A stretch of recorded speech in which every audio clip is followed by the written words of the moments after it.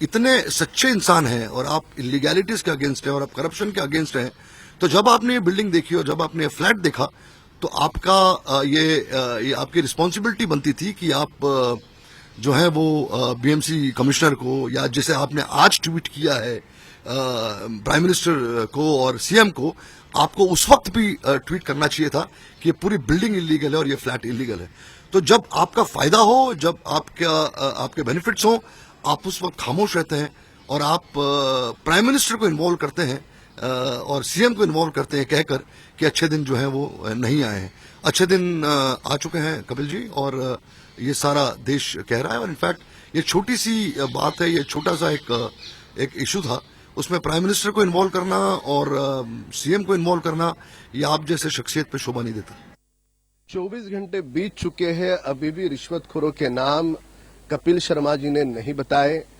देश हित में आने वाले 24 घंटे के भीतर वो रिश्वतखोरों के नाम उन्होंने बताने चाहिए, सार्वजनिक करने चाहिए, या तो उन्होंने ये बताना चाहिए कि बीएमसी रिश्वतखोरों के नाम न बताने के लिए उनके ऊपर कौन दबाव बना रहा है, कौन उन्हें रोक रहा है।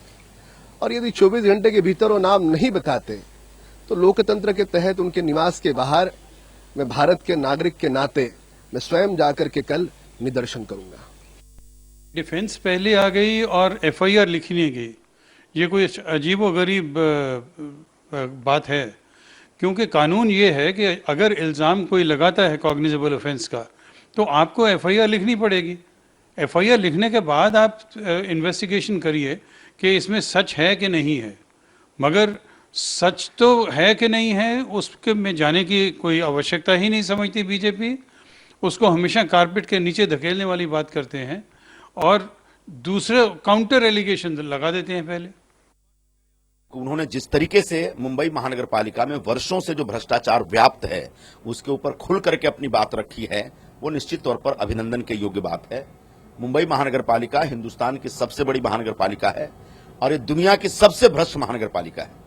शिवसेना और भारतीय जनता पार्टी पिछले 20-25 वर्षों से महानगर पालिका की सत्ता में है और महानगर पालिका का कोई ऐसा विभाग नहीं है जहां भ्रष्टाचार नहीं है, जहां पर रिश्वतखोरी का आलम नहीं है। और ऐसे में इस पूरे भ्रष्टाचार और रिश्वतखोरी के साम्राज्य को शिवसेना बीजेपी के लोग संरक्षण दे रहे हैं। तो मुख्यमंत्री देवेंद्र फडणवीस को शर्म आनी चाहिए इस पूरे प्रकरण को जानने के बाद कि उनकी पार्टी जो मुंबई महानगर पालिका में सत्ता में बैठी है वो इस भ्रष्टाचार को संरक्षण दे रही है और प्रश्रय दे रही है।